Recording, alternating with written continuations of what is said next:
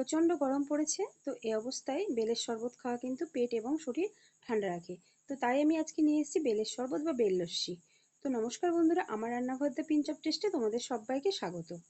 তাহলে চলো রেসিপিটি শুরু করা যাক। তো প্রথমে আমি একটা ভালো দেখে পাকা বেল নিয়েছি।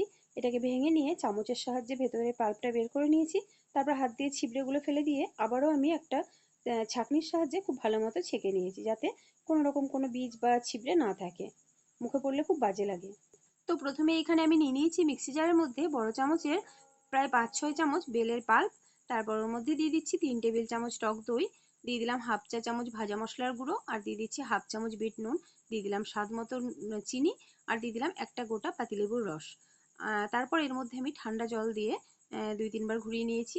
ব্লেন্ড করার সময় আমি এটার মধ্যে বরফ দিইনি, কারণ এটা বানিয়ে আমি ফ্রিজে রেখে দিয়েছিলাম, আমি পরে পরিবেশন করেছি। তো দেখো, এটা আমি দুপুরবেলা পরিবেশন করেছি। গ্লাসের মধ্যে কয়েক টুকরো বরফ দিয়ে বেলের লস্যিটা ঢেলে দিলাম, তারপর উপর দিয়ে একটু লেবু পাতা দিয়ে দিয়েছি দেখতে সুন্দর লাগার জন্য।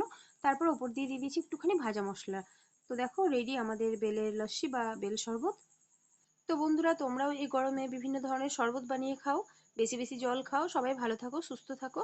আর আমার রেসিপিটি ভালো লাগলে লাইক কমেন্ট শেয়ার করে দিও, চ্যানেলটি সাবস্ক্রাইব করে পাশে থাকার অনুরোধ রইল। আজ তাহলে আসি, দেখা হচ্ছে পরের ভিডিওতে।